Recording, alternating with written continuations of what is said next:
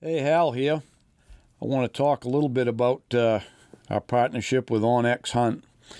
I've been using it for a while now, and if anybody knows me, they know I'm not a very techie person, but the OnX app is it's a real time saver. I remember the days when we poured over topo maps everywhere we was going to go and stuff, and I don't do that quite as much anymore. Where it's really helped me is scouting, whether it's deer scouting, a moose, or even turkey hunting in the spring, which I do. It really helps out. I don't have to spend as much time running around the truck burning up the gas. I'm just basically using my OnX. Got it on my phone. Don't even carry a GPS anymore. So I just download the areas where I'm going to be hunting, whether it's up north moose hunting, and I use it mostly on the satellite imagery. I like to see the cuts and the clearings and the turkey hunting, the hidden fields and stuff. But everybody's using it now, from the game wardens to land surveyors, and just a great tool. And with our partnership with OnX, if you use a code BWB, you're going to receive 20% off on your first premium or elite memberships. And you just go to onxmaps.com/hunt. You'll be glad you did. Good luck on the trail.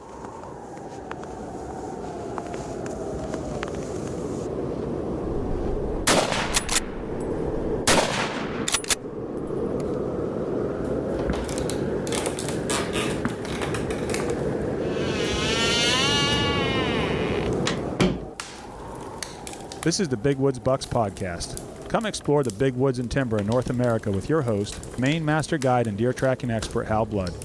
Listen to Hal and co-host Joe Cruzy as they unlock the secrets to big woods whitetails. Each episode will provide valuable insights in the tried and true system Hal has used for the last 40 years to scout, locate, and hunt mature big woods bucks. Listen and laugh as the crew discusses Hal's legendary adventures and learn how to apply a lifetime's worth of lessons from the big woods to your own hunting and outdoor adventures. Welcome to the Big Woods Bucks podcast. Today we're sitting over here at Huntstock 2024 in Vernon, New York. Patrick decided to have a Huntstock over here to cater these Adirondack guys over here. And it's going good. Good show, going good. So we're going to talk today a little bit about hunting in the Adirondacks. And I got my buddies here. Steve Feinberg, Joe DiNitto, Steve Grabowski, and we wanted to just share a little bit about our Adirondack hunt last year on the last week of the season. And we had some pretty good action, but more importantly, it's about the camp life and the stories you tell at night, really, than it is, because we all go out and we hunt on our own, and then we maybe help each other drag or whatever and meet up at camp and socialize. And that's what hunting's about. It's the camp life as much as the hunt. So anyways, me and Joe always, and Steve, we keep in touch about the weather, where we might go. And I'm lucky now that I'm not guiding anymore. I can drift away from Maine, and I had shot my buck and Ryland had shot his. So Joe said, we got snow coming. And it was the last week. It came on Monday, right? It was on Monday. Yeah, I think it was Monday, and it looked like a good snowy week. So I called up Hal and said, you better come down. Yeah. Get some last end of the year hunting in New York. Yeah. So I headed over on Monday. When did you go up, Steve? Monday or Tuesday? Monday. Yeah, I think, yeah. Yeah, we showed up on Monday.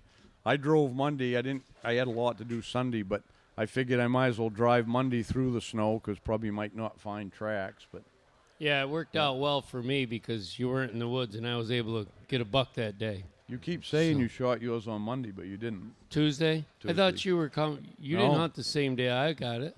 Oh, yeah. And why didn't you come help drag? Huh? You weren't there for the drag. I was hunting. Oh, see how he is? All right, I don't remember for sure, but yeah, I'm pretty sure that's the way it went because I shot mine Wednesday. Steve, you shoot yours on Yeah, but Thursday? then I think you probably traveled on Tuesday. No. No? Monday. Okay. Mine was the day after Hal's, whatever day that was. Well, I think it was. Well, anyway. Yeah, anyway, so that's the way it was. So we all spread it out on Tuesday. You guys went, I think Monday you didn't find much for tracks because of the snow. I didn't get there till Tuesday afternoon. Okay. And so I think that's when Joe shot his. Did you hunt Monday, Steve? Yeah, I hunt Monday. You hunt? You got? Yep. Yep. Mm-hmm. All right. Well, you see, it's only been 6 months, so none of us can remember anything.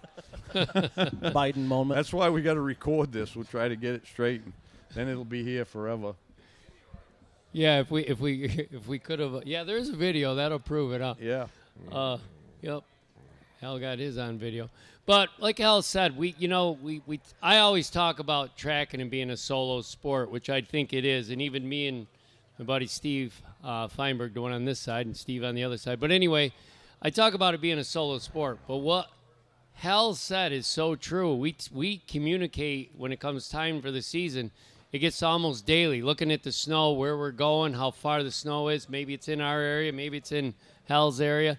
And then at the end of the day, we all get together and have a great time. So when I say it's a solo sport, I'm more talking about the actual hunt. I don't partner in with anybody to ride in my truck or go anywhere. If you're going in my area and you're coming close where I am, you're still driving your own vehicle because we don't know how the day is going to turn out. So I suggest anybody who's going to try this kind of track, and sure, the camp life's great, but when you go on the hunt, go alone. Yeah, if we all got our own trucks and we don't come out by them, maybe somebody else will pick us up, right? Yeah, that's a good point, too. Yeah. The older you get, the better it looks seeing a vehicle come down the road at night after dark and you got 3 or 4 miles ahead of you. Yeah, I would say probably, and I think you guys would agree, if we get a buck, we probably come out closer to our truck. It's when we don't get a buck, sometimes you're miles and miles away and hoping somebody comes driving by. Can't tell you how many times I'll pick up either one of these Steves just a couple of miles from their truck 2 hours after dark. And boy, I'll tell you, if you're the guy doing the walking, you're sure happy to see that truck coming. Especially Steve here, because you always push it to dark. I'm a master coming back late with no buck.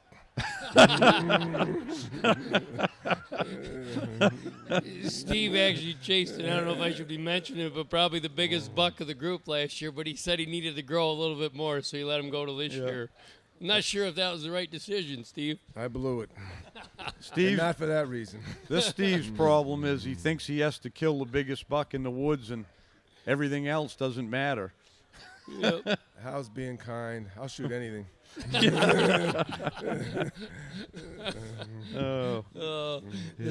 that memory of that buck ever enter your mind these days, Steve? Seeing him just as he was going over the hill and the gun didn't go off? I guess in Maine, a 3-inch wide track is typical. The Adirondacks, you never see them. I get big track in Adirondacks, 2 inch wide nitro. And that's true. And this buck had a 4-foot stride, stagger almost a foot wide, and a 3-inch track. And I saw him, but still blew it. So Steve, it's a nightmare. In the realm of all the bucks you've tracked in the Adirondacks, which is many now, how's he stand in the standings of those bucks? Well, when I saw him jump over the ledge, I couldn't get the shot off. I mean, he dressed well over 200, which for your country is a really big buck. So I'll probably never see one that big again, but that's the way it goes. Thought you were going to find him this year. Yeah. I'll try, Hal, but, it's big country over there, but I'll look for him. Yeah. Well, from the way that buck sounds, I think we'll all try. Yeah. Yeah, for sure. We'll have that place circled. Just to help you out there a little bit. The only thing you'll have to worry about this year, Steve, is somebody cutting you off. Well, I actually didn't tell you the right location where he was when I told you the story. Yeah, but we know pretty close. No, that'll be Steve's challenge this year to go get that buck. But The that's what makes it fun. The great thing about that night was the 2 miles back at night. I really enjoyed that after missing them. So you could dwell on it just a little more. Huh? Gave you time to think about it. Yeah.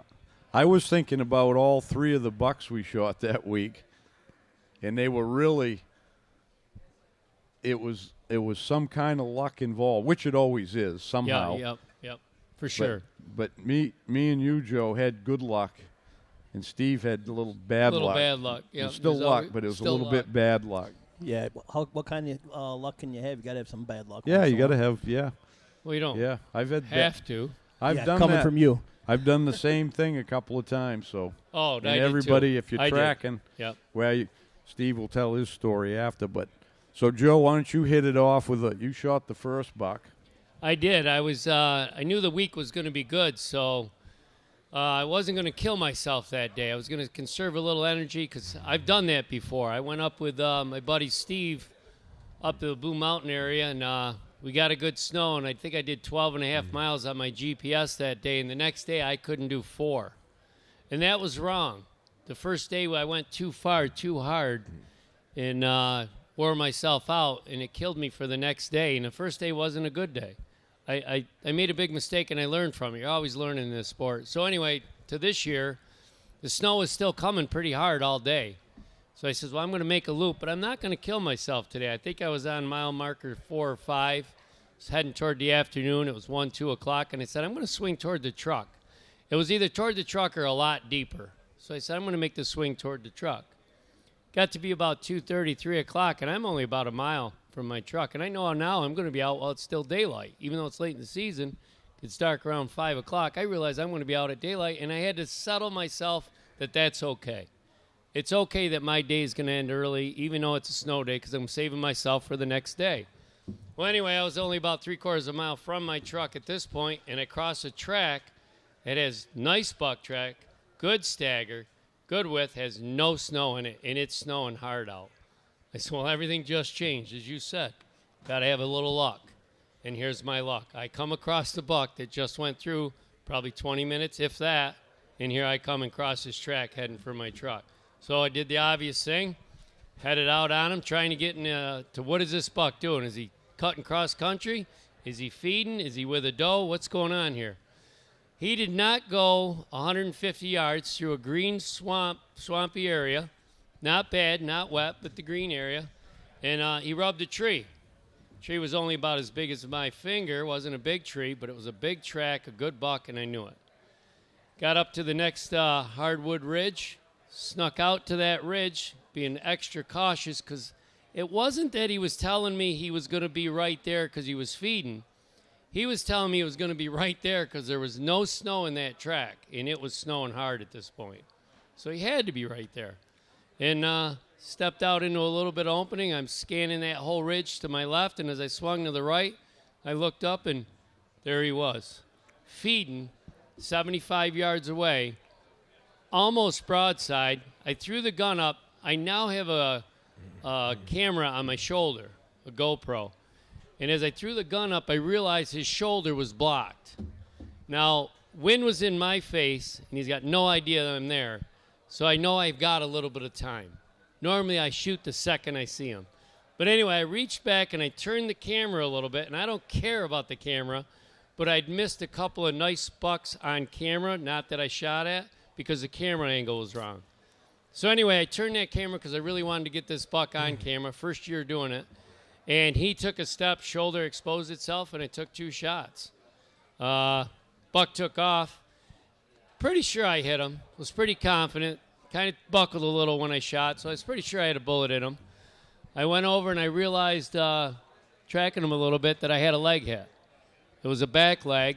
Could tell from the marks in the snow. I didn't know it at the time, but the bullet went right up into the deer. You have a little fever, did you? I just think that it was placed a little bit off, that's all. Hey, I got a bullet in that buck. Well, anyway, I started to track him. Now it's snowing really hard. It's probably 20 after 4, and it's dark at 5 o'clock. And I got to be honest, I got a little nervous. Now, I've never left a wounded buck on snow in the woods. That doesn't mean I haven't gone back and got him the next day, but I always get him. So far, knock on wood. So anyway, I'm going on him, and I'm thinking, geez, if it snows 4 or 5 inches tonight, which it easily could in these Adirondack Mountains, and I spook him a couple of times in this half hour, he could be long gone or the coyotes could get him, one or the other. So I went out ultra slow. And that's the point I want to make with this. If you guys get a wounded buck on that snow, go ultra slow. He's going to lay down that first time. Finish the job you started. Don't run up there. You're going to jump him a couple of times, and he's going to get moving. He's going to hide a lot better on the third and fourth jump. So I went ultra slow. I went about 100 yards, 150 yards through the woods. Spotted him laying down. Shot twice more at him. He died 30 feet later. So the luck of that story was not the shot. No. The luck of that story was really is that I came across that track on the way back to my truck, and it all worked out. He was close. He was a great buck, and I had a great day. But the moral of the story, I think if there was a tip in there on that first day of snow, I usually go hard. But if you got a good forecast, don't burn yourself totally out. I've been guilty of that. Now, after listening to that, I think you're right. You must have shot that the first day because it didn't snow like that the second day. Well, I knew I admit it. You're right. Yeah. I knew I was. I was just Wow. waiting for you to come around. Yeah. But anyway, so that was my story of that week and started off for a good week. Yep. Yep.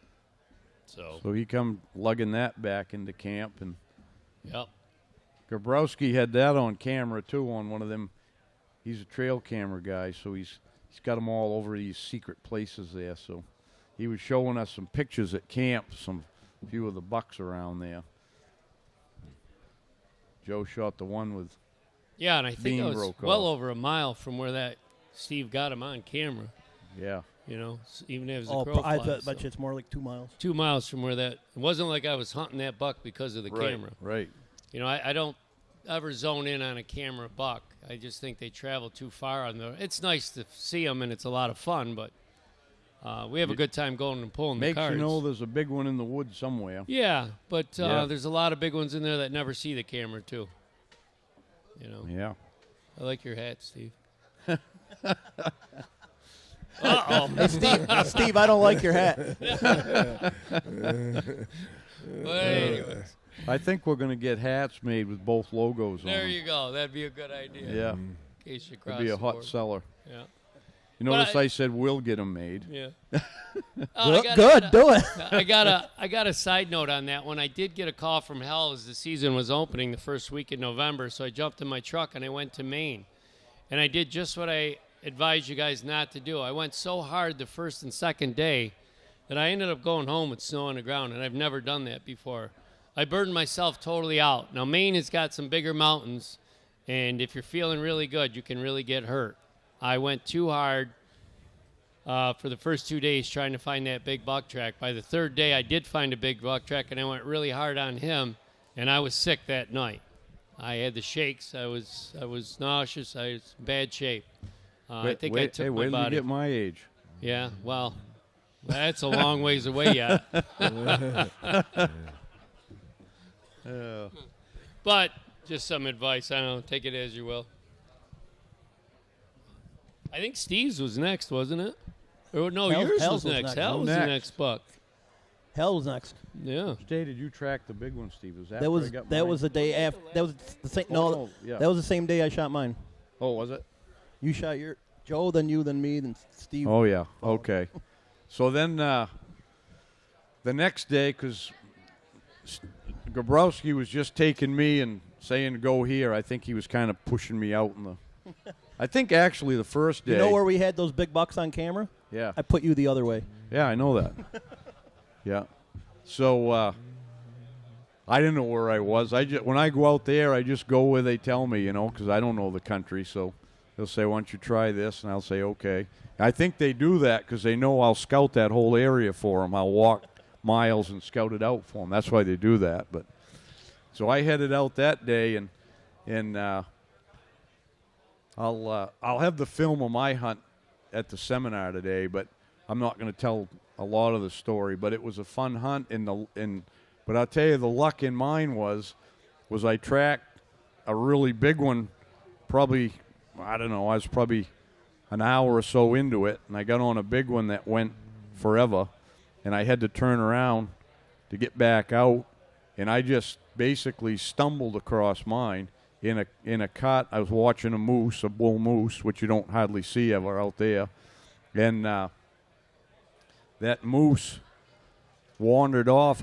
Back home, you never spook a moose because they're spookier than a deer is, and they will crash off sometimes for a mile and spook every deer they go by within 100 yards, especially tracking. If I'm tracking a buck back home in Maine, them bucks have learned that the moose will warn them. If you come to a moose, don't spook it to get it out of the way. I back up and I go all the way around that moose and pick up the track again, because if the buck went right through there, and if that moose spooks, it's going to spook the buck, because many a times I've tracked a buck and it goes through by a moose or several moose. Sometimes they're grouped up, the bulls in November, and they'll go beyond the moose 100 yards and lay down because they know the moose are going to warn them. I don't know how they figure it out, but I've done it enough to know they know enough to do that. It's strange. But so anyways, I saw that bull and I didn't want to spook it, so I waited. I just grunted at it and I waited, and he finally he'd wandered down the skid road and he'd look back, and finally he got out of sight, and I just started down that skid road because that was the way out. I was just hunting my way out. Same thing as Joe. It was the end of the day. It was in the last hour, and I had another half a mile. I was just going to hunt my way out.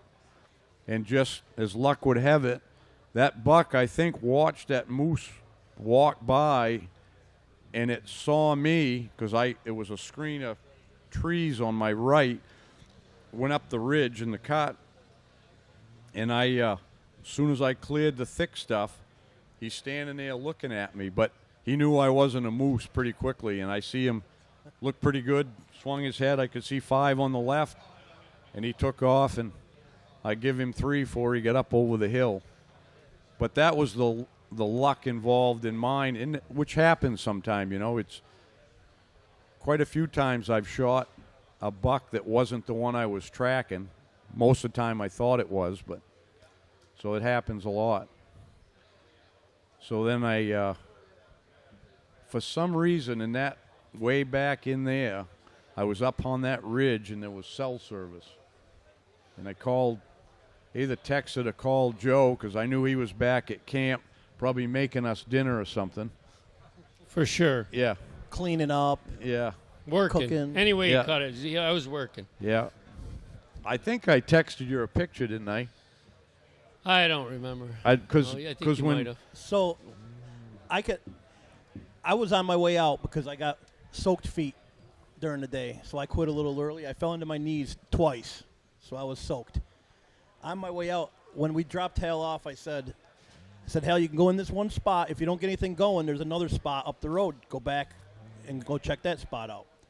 So I get all wet during the day, and I'm on my way out, and I see Hal's truck is still in the original spot. So I said, I got a camera up in that first spot that I showed Hal, so maybe I'll go check that quick. So I run up there, park my truck, and I check the camera. Well, it took a long time to download the pictures onto the phone, so I just threw that card in my pack, downloaded it as I walked back, and changed the card out. I get in my truck, and I look at the pictures. By the time I got back there, and I see this nice 9-pointer walking down in front of the camera, and I looked at the date, and it said the day before, like at 3:30, I think it was, and now it was like 3:10 in the day. So I'm like, holy cow. And then there was a 6-pointer coming behind it, and then a smaller buck behind that. So I said, they're already bacheloring up in this area. I said, I bet you if I went up there and sat right now, that deer would probably come back. So I get in my truck and I leave. I said, it's too cold. I'll go back up and get him tomorrow. I get 10 minutes from where I have cell service, and Hal messages me that he got one. I'm thinking he's still in the first spot. I get to cell service, and Joe calls me, hey, Hal got a 9-pointer. I go, let me guess, got 5 on the left? He goes, yeah, how'd you know? I go, I just saw it.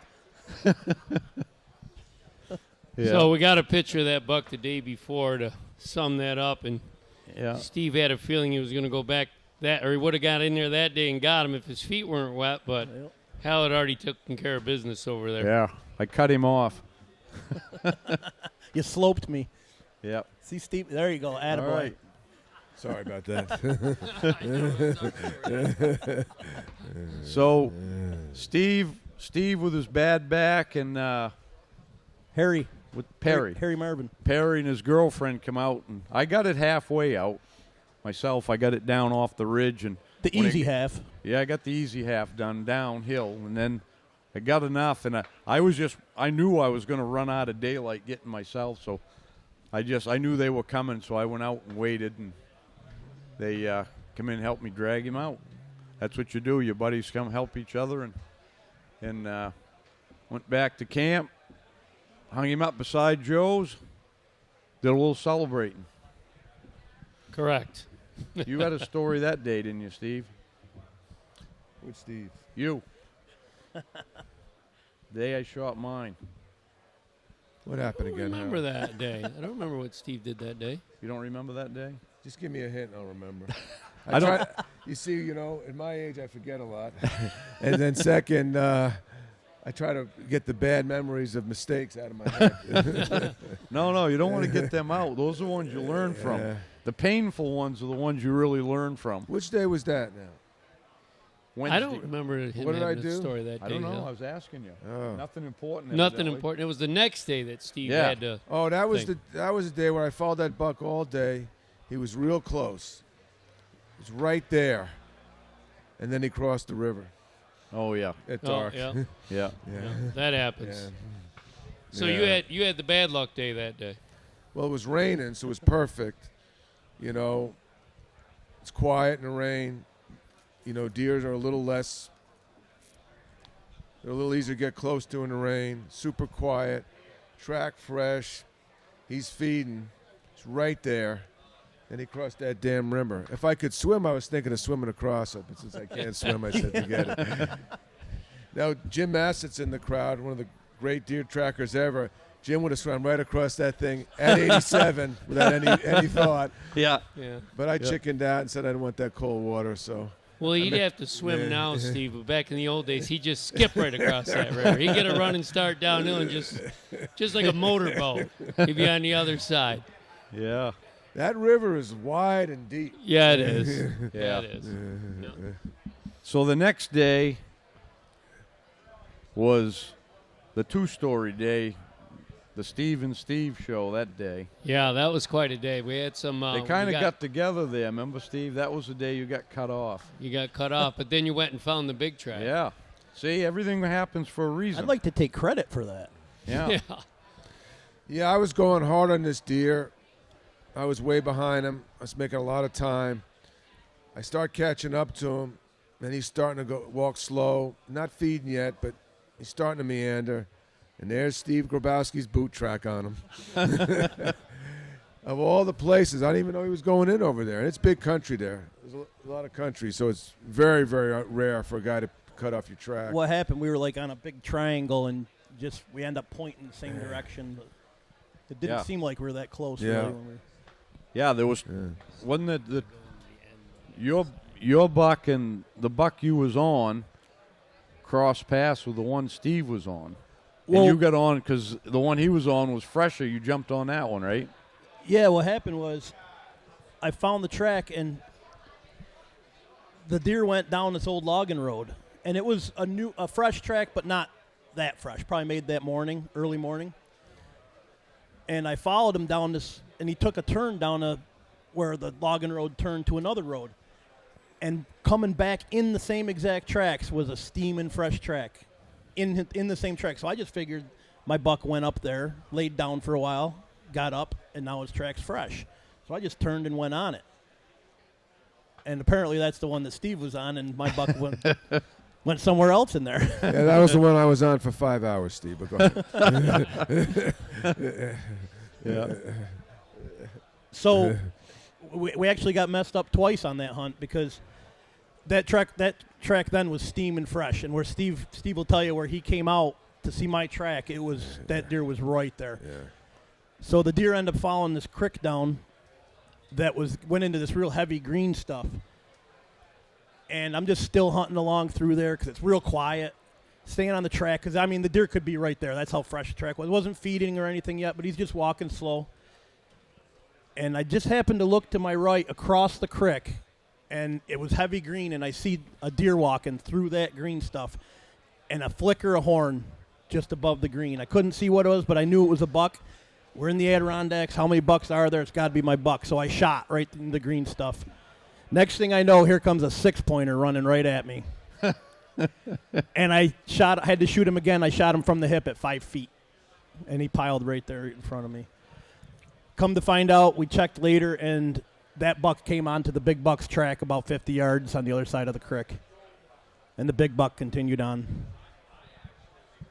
So that's where the bad luck comes in, and sometimes it happens with this track, and it happened to Hal before. It's happened to us all before. You'll be tracking a good buck.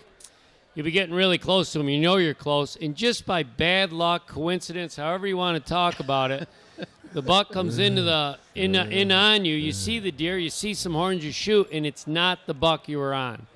It happened to me back in 2013. The buck I killed happened to be an 8-pointer with a 14-inch spread, kind of spindly horns. I was happy that I got in a buck and whatnot, but the deer I was tracking was a big old 6, 7-year-old buck.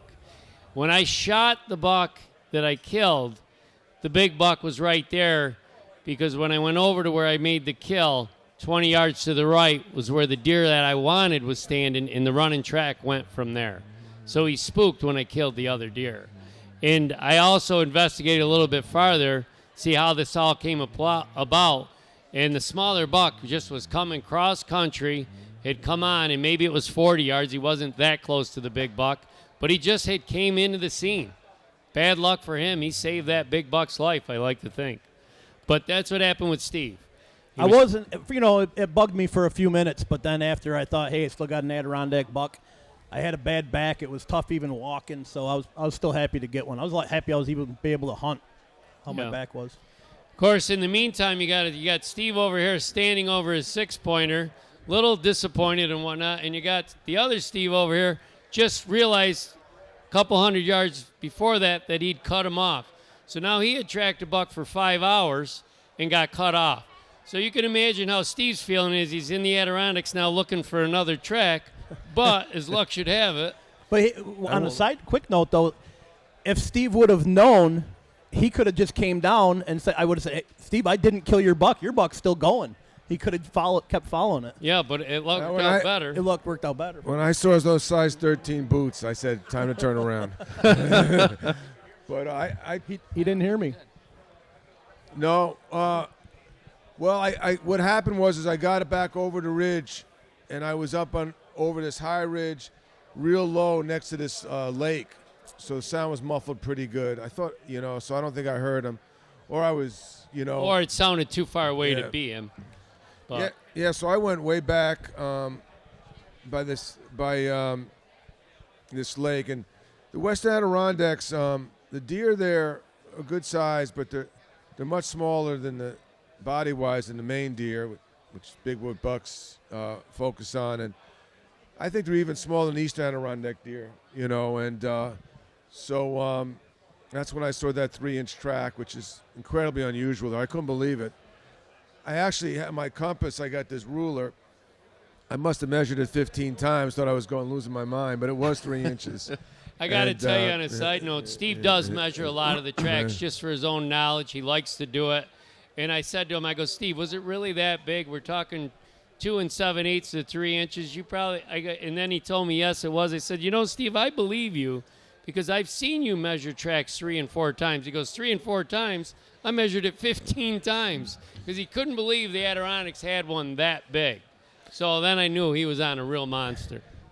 Yeah, this buck had a 4-foot stride and 11-inch stagger, and he was feeding. He went by the lake for a good ways. Then he came up to that ridge again. He started. He was checking does out. It was late. It was second day before the end of the season, and he was checking. It was a beech nut ridge. There was a ton of does had been feeding there earlier, and he was checking them out. And Adirondacks, especially that part of the country, the deer sometimes are in clusters. Not many of them, but where they are, there's clusters. And ended up found that buck good ways, and then right before dark, well, maybe about 45 minutes before dark, I'm coming down the ridge. I see some brown, and I didn't shoot because there's a lot of activity. Could have been a doe, and by the time I saw any horn, he was leaping over this bank. I blew it, and when you're tracking, you better start shooting. But she should have. Generally, it's you found that buck, you just always shoot because there ain't no other deer there. In this case, because that ridge was so populated, I said, boy, I better wait a second, which turned out to be a big mistake. So I wait. After you jump a buck, you don't want to get back on him because he looks back and you'll jump him again. So I said, boy, should I get right on him because it's almost dark, or should I wait? So I'm going to wait. So I waited a full half hour. I got him on. I had 15 minutes of light.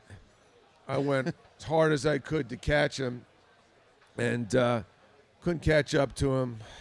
Of course, he's going the wrong way from the truck, and then it rained that night heavy, so it blew out the track. Or else I would have been on him. But I forgot my GPS that day. I usually forget it. Wait till you're 64, you'll start forgetting shit too. Anyway, yeah. But Hey, Steve. yeah. Switch hats and you'll be a lot smarter. Okay, I got you. There you go. There you go. Grabowski has a steel trap memory, I take from his. Of course, I'm the youngest guy up here. Yeah. But, it's great to have a shot at a buck that big. And when I see him leap over that bank, I can guarantee you that buck would have dressed over 230. And that's, for the Western Adirondacks, that's unheard of. I'll never see a buck as big as that in that country. And I got a lot of faults in life, but exaggerating ain't one of them. So boy, that one stung. I'm still having nightmares about it. But I think you're going to see him this year. if it was any of you guys or Jim Massett, the buck would be dead. But whatever. That's the way it goes sometimes. I don't know about all that. Yeah. But I know that imprint is right in your mind of what that buck looked like as he was going over that ridge. But and he's right, though. You're in with other deer and whatnot. Sometimes you just don't see the horns right away. You think it's a doe, and it kind of slows down your reaction when you do see the horns. Oh, I've done that a lot of times. I just know that's the buck, but you can't shoot because you can't see the horns. I've had some whoppers I had to let go because I just couldn't see the horns. Or if you're confident that it's not your buck, even though it is, because he's with a couple of does or a couple of does are in the area, and you kind of let your guard down a little bit, then all of a sudden he goes and it is your buck, you're not ready to shoot. So don't make that mistake. But I don't think he gave Steve much of an opportunity other than a bad memory. Me and Joe were back at camp doing something, I don't know, probably playing cribbage or something, and I was working. yeah. Back at camp. We had to go drag out Steve's buck there, his 6-pointer. We had to drag it because he dragged mine for me the day before. Yeah, I think it was wide open trail downhill, right, when you grabbed it? Yeah, that's the best kind. That's why I tell people You're pretty smart. I hunt up high because it's downhill coming out. Yeah. Yeah, on a side note, it is a trick that I do like to use. If I start out in the morning and it's a choice between the lower side or the upper side, I'll always go uphill in the morning. You're a lot fresher, doesn't feel bad or anything. At the end of the day, that downhill feels pretty good. Yeah, you look at a mountain the end of the day, about even 1 or 2 o'clock in the afternoon, and you're looking up a mountain there, and it ain't as appealing as it is in the morning. That's right. That's right. Yeah. There's an area that I hunt not far from where one of my camps is that's downhill in, and I don't go in there very often at all because it's uphill the whole way out. And at the end of the day, that's just no fun. Yeah. And we had a little fun at camp that night, I think. We had 3 bucks on the pole. And one in the memory bank. Yeah. But for me, it ain't about killing a buck necessarily. Yeah, it's fun to get one, but just being around good friends and sharing the camp, and telling stories, and to me, that's a precious part of deer hunting is being in camp. Yeah, on that note, I've said this throughout this weekend, but when I was a young guy, my good friend for over 30 years, Jim Massett, taught me something that probably means more to my hunting career or life or whatever you want to call it than anything else. He taught me that it's us against the deer, not me against you. So when the other guy gets a buck, you got to be happy for him, even if it's your neighbor, your rival, or whatever it is. Because later that season or the next season, it'll be you that gets the buck. And you don't want him to be jealous and mad at you. I mean, you can do a little razzing, we all do that. But at the end of the day, it's us against the deer, not me against the other hunter. And he taught me that when I was a young guy. I was a little bit of a jealous hunter, and if someone else shot one, I'd give a few excuses of why he got it and I didn't. And it was just a sour taste the whole time. And once he taught me, and how Jim taught me that is when someone would come up to him, and Jim was a well-known name, and they would tell the story. Jim was listening to him.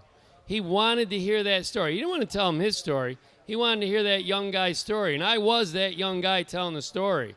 And I walked away so impressed that I got to tell Jim Massett my story. And he listened to it. It changed how I viewed all activities from then on. When someone else shot a buck, I wanted to hear their story because I wanted to walk away from that meeting with the same, or wanted that kid to walk away from that meeting the same feeling I had when I walked away from Jim Massett. So on a little advice on that, when you get back to camp or the neighbor camp shot the buck or whatnot, be happy for that guy. So the next time you shoot him, he's happy for you. So you're only nice to me, so then I'm nice to you? No, I'm not even nice to you, Steve, so I don't even know where you're getting at. As you all know, Big Woods Bucks is devoted to promoting the best equipment for tracking and still hunting the big woods. Part of that equation for success is the sights that sit on your hunting rifle.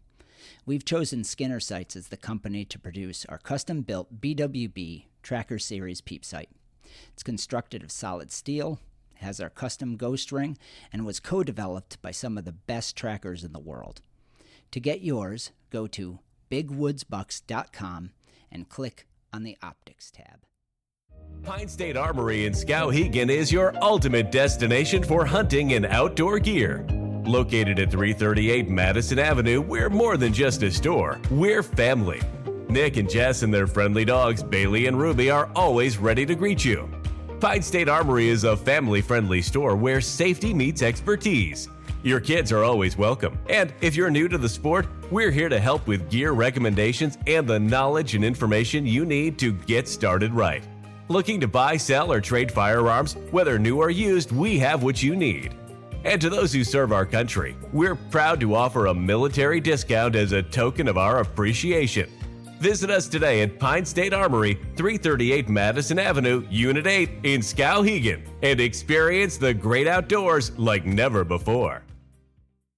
Hey folks, Rick Libby here from Big Woods Bucks. I'm here today to tell you about our new packs.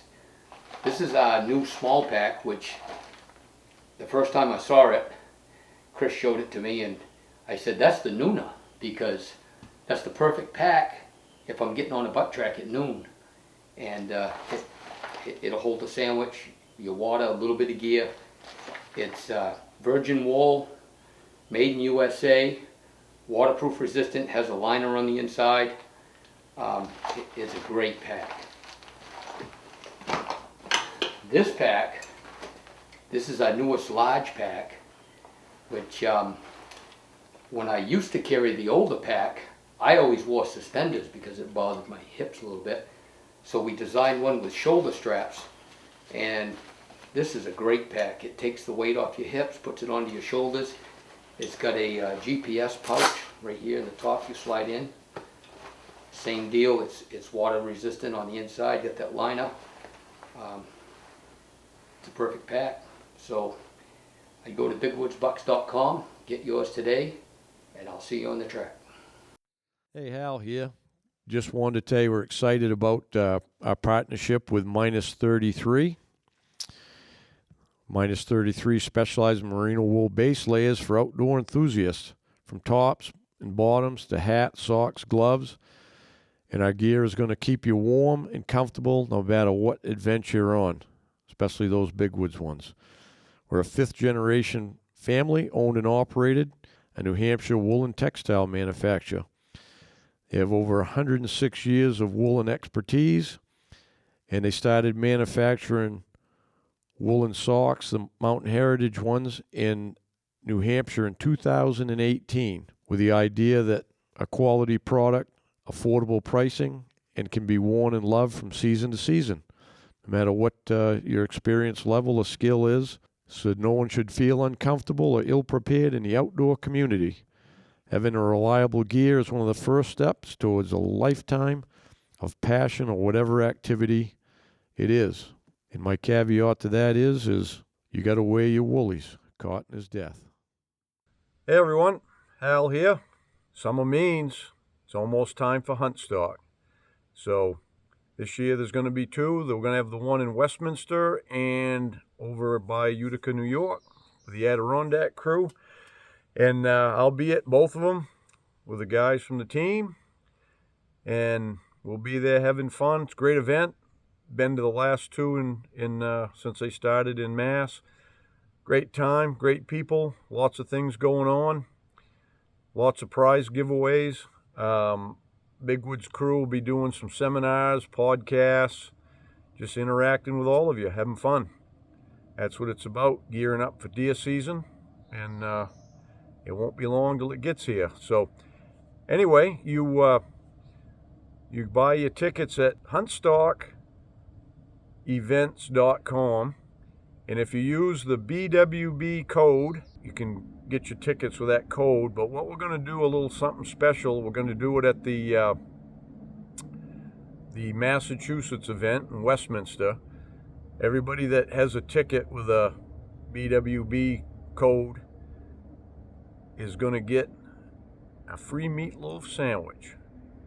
And word has it, we might even have a fire pit, toast them on. So get your tickets ordered up. And get your meatloaf sandwich at lunchtime on Saturday, and we'll tell some deer stories, have a good time, and can't wait. It's going to be a fun time. Order up your tickets, and we'll see you there. Yeah. I believe in that. Telling the stories is the big thing, though, because you got to think about... Oh, come on. Yeah, you got to think about that. For thousands of years, you know, people were all hunters way back, because we're all ancestors of the hunters, because if they weren't hunting, they'd have never made it. So they told stories back then, and that's how people learned how to hunt, through the stories back in the cave with the fire going, toasting their meat over a stick probably, and telling the story, and that's how they learned. And they taught the younger generations to be hunters that way. So doesn't matter who's telling your story, you can learn something from that story. I like to listen to everybody's stories too when they come up and tell it, because a lot of times I hear something, I go, that was pretty clever of him to think about doing that, you know, because we all hunt certain ways and maybe get stuck in the box of the way we hunt because we're successful of it.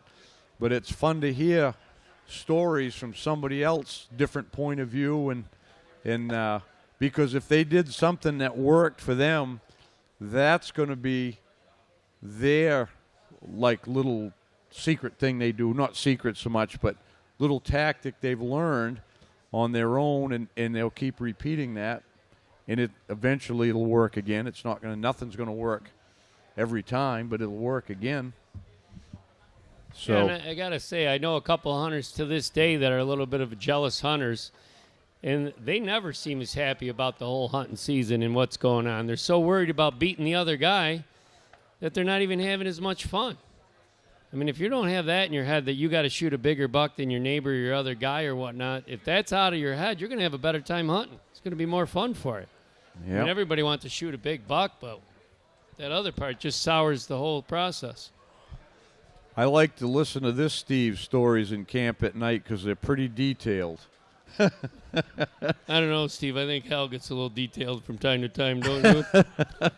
If you were with Hal and you came back having a heart attack, you have to wait to tell the story before he takes you to the hospital.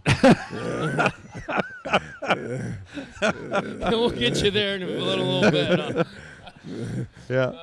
Steve's the only one I know that I just guess at the size pretty much. I'll put a .6 shell in my magazine or something. But Steve, every time he tells you about the track he was on, it's to the 1/8 of an inch length and width. Yeah. Don't help me That's how I much. know that one last year was a really good one. He'll never lose a track because of that, because he'll get his measure out and say, no, that ain't the one. Oh. Yeah, Steve is one of those guys that definitely wants the buck he's tracking. He's 100% purist when it comes to that. Well, you know, Joe, you can lead a horse to water, but you can't make him drink, right? You got was it 2 years ago you got the biggest one in camp? Was it 3? I don't know how think it all was these 3 years are coming seasons ago. together. I don't Yeah, know. I know.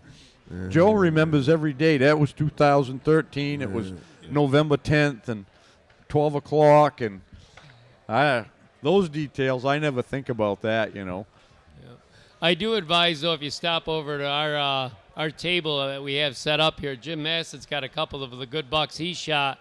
And he wrote right on the skull when it was, what day it was. And I think a lot of you guys have seen it. It's a really good idea because when you get old as these guys, you're going to start to forget a few. And I should probably start writing them down.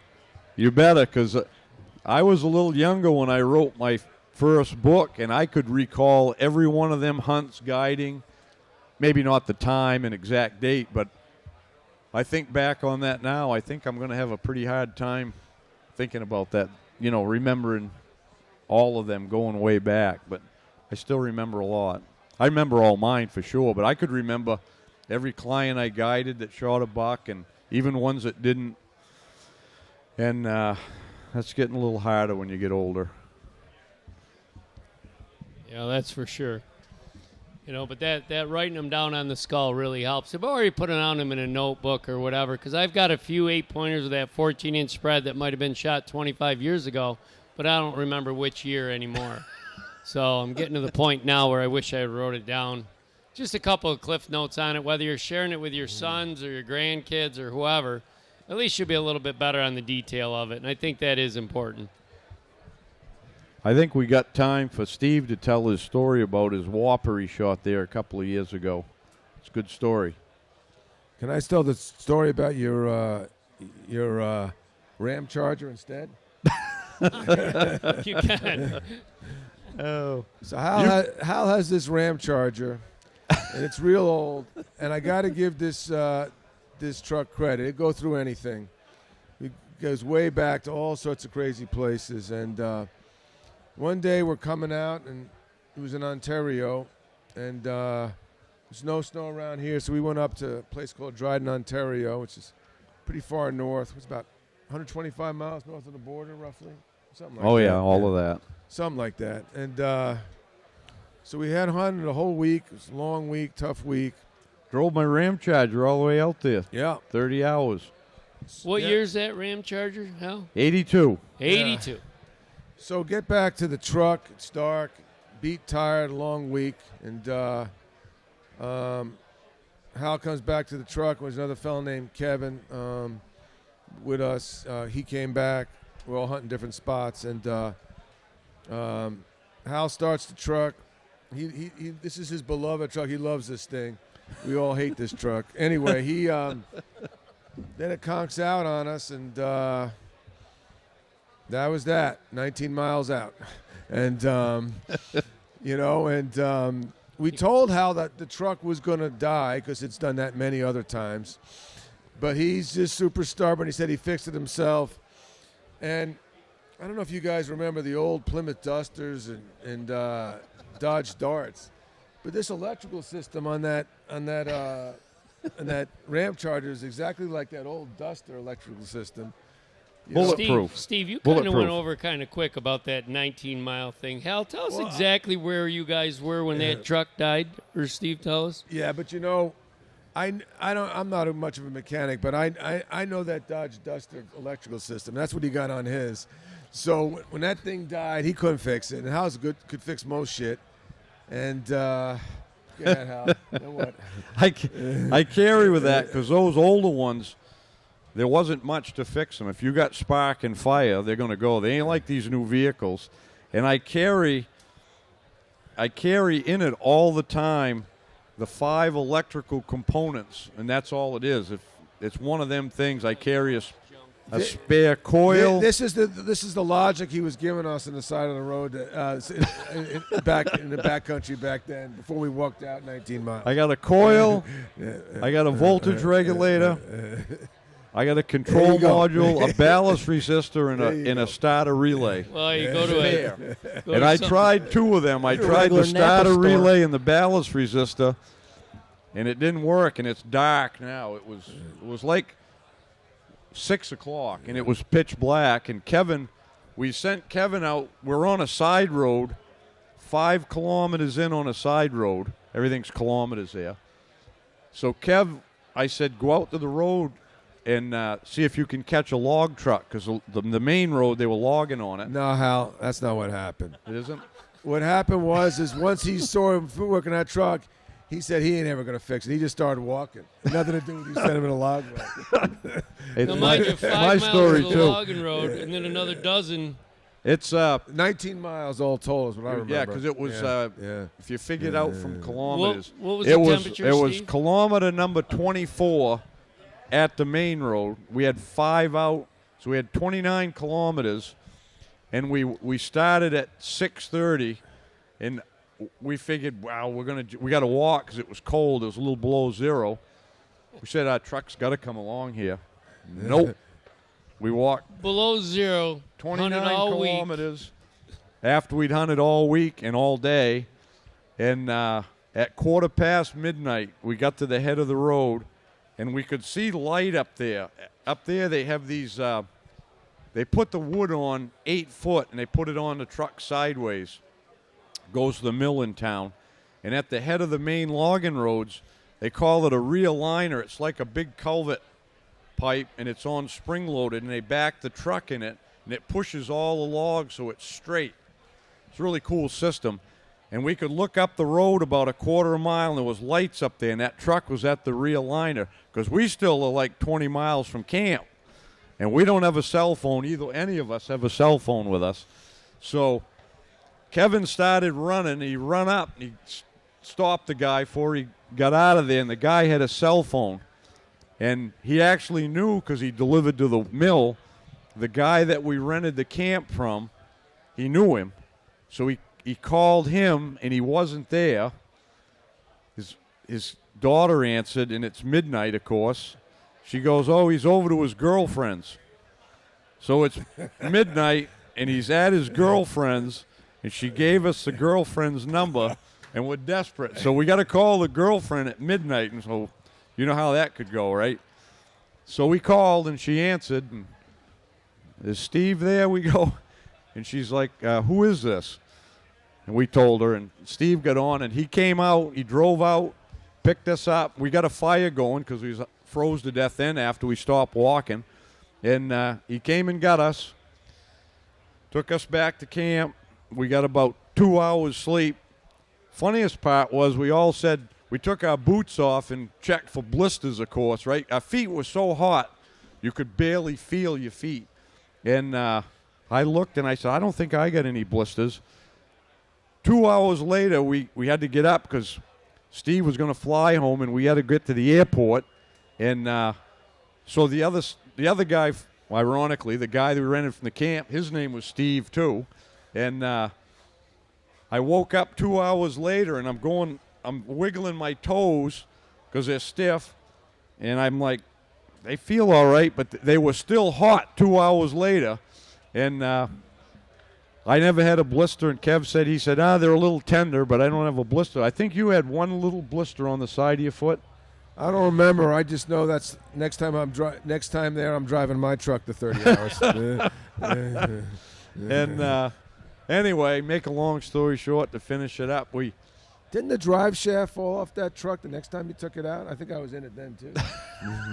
So you guys came. That's enough. You guys came pretty close to having to stay the night and cuddle all night to share body heat. You might be bigger than me, Steve, but that's dangerous.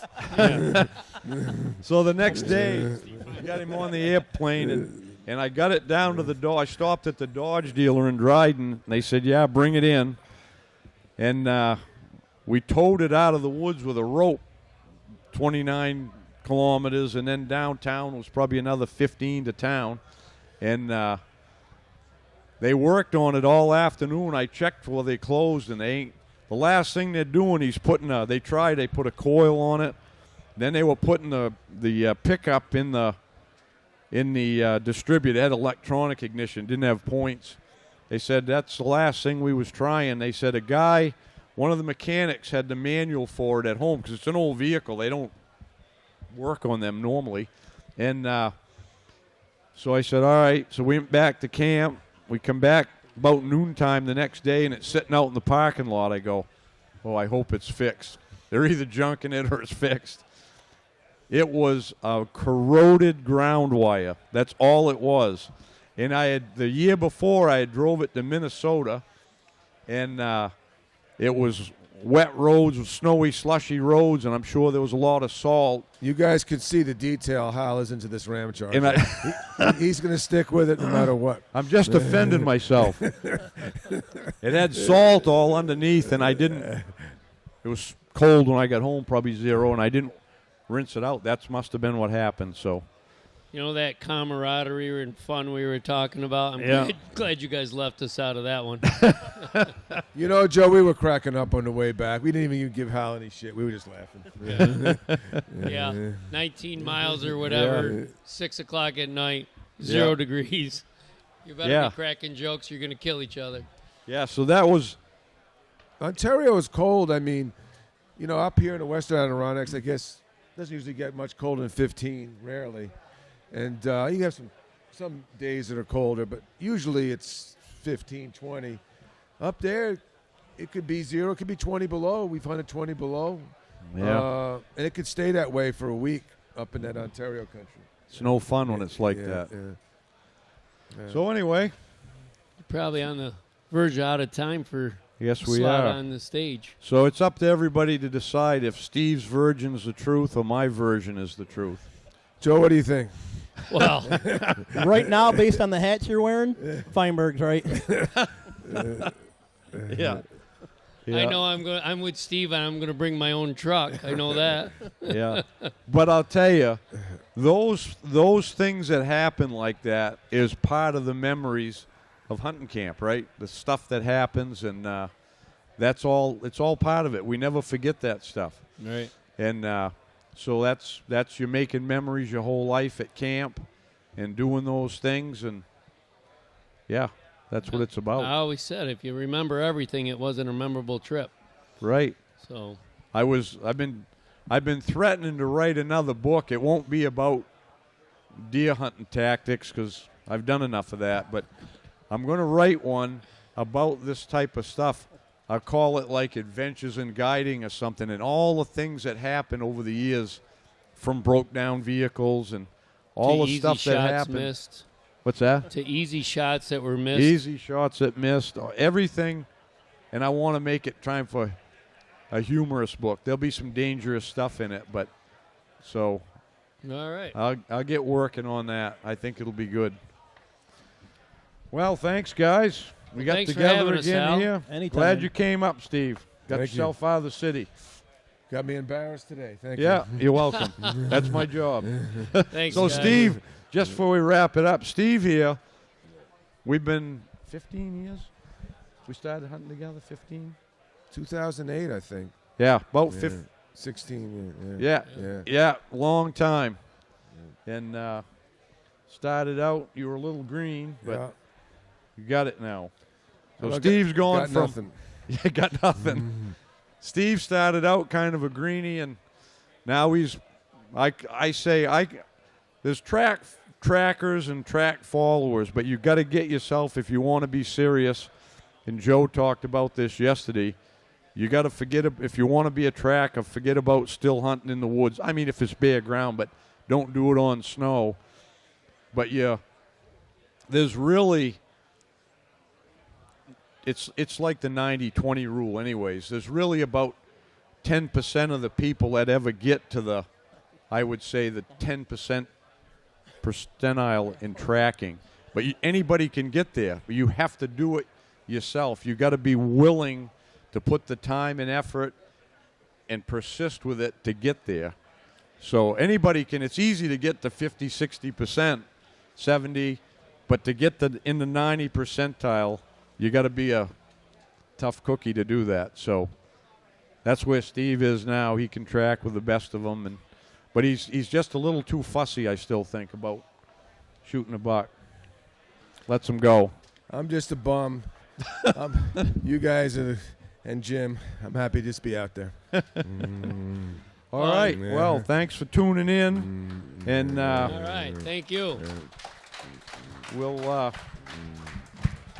like I always say, till next time, good luck on the trail. All right. Hey guys, Joe here.